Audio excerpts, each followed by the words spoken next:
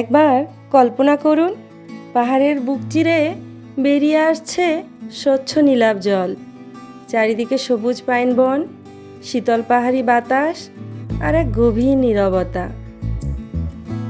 মনে হবে প্রকৃতি যেন এখানে নিজের সবচেয়ে সুন্দর রূপটি নিঃশব্দে সাজিয়ে রেখেছে। কাশ্মীরের অনন্তনাগ জেলার অপরূপ সৌন্দর্য ভেরিনাগে আপনাকে ওয়েলকাম।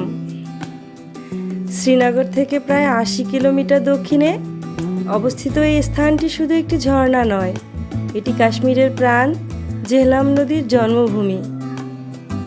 হাজার বছর ধরে পাহাড়ের বুক থেকে অবিরাম প্রবাহিত এই স্বচ্ছ ঝর্ণার জলই পরে রূপ নিয়েছে জেহলাম নদীতে, যে নদী শতাব্দীর পর শতাব্দী ধরে কাশ্মীরের ইতিহাস, সংস্কৃতি, কৃষি এবং মানুষের জীবনের সাথে গভীরভাবে জড়িয়ে আছে।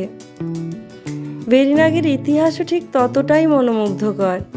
১৬২০ সালে মুঘল সম্রাট জাহাঙ্গীর এই ঝর্ণার সৌন্দর্যে মুগ্ধ হয়ে এর চারপাশে নির্মাণ করেন একটি অষ্টকোণাকার পাথরের জলধারা এবং মনোরম একটি মুঘল বাগান। পরে সম্রাট শাহজাহান সেই বাগানের সৌন্দর্য আরও বৃদ্ধি করেন। শতাব্দী পেরিয়ে গেলেও আজও সেই স্থাপত্য ইতিহাসের নীরব সাক্ষী হয়ে দাঁড়িয়ে আছে। ভেরিনাগে প্রবেশ করতেই আমার মনে হয়েছিল কিছু জায়গা শুধু দেখা যায় না, অনুভবও করা যায়। এখানকার পানি এতটাই স্বচ্ছ যে তলদেশের প্রতিটি পাথর স্পষ্ট দেখা যায়।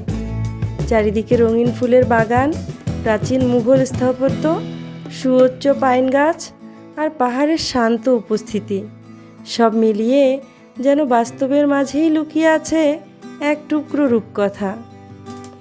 আমার সবচেয়ে ভালো লেগেছে এখানকার নীরবতা, এমন এক নীরবতা যেখানে কোনো শব্দের প্রয়োজন হয় না, শুধু ঝর্ণার কলকল ধ্বনি আর শীতল বাতাস যেন মনের সব ক্লান্তি ধুয়ে দেয়। সেই মুহূর্তে মনে হয়েছিল পৃথিবীর সবচেয়ে সুন্দর ভ্রমণ হয়তো সেটাই, যেখানে আমরা শুধু নতুন কোনো জায়গা দেখি না, বরং নিজের ভেতরেও খুঁজে পাই এক নতুন শান্তি।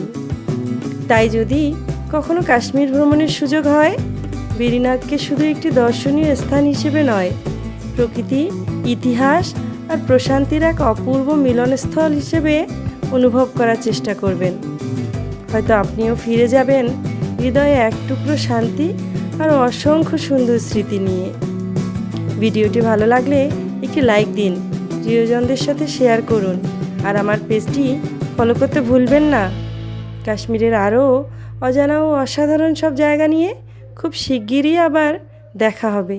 আল্লাহ হাফিজ।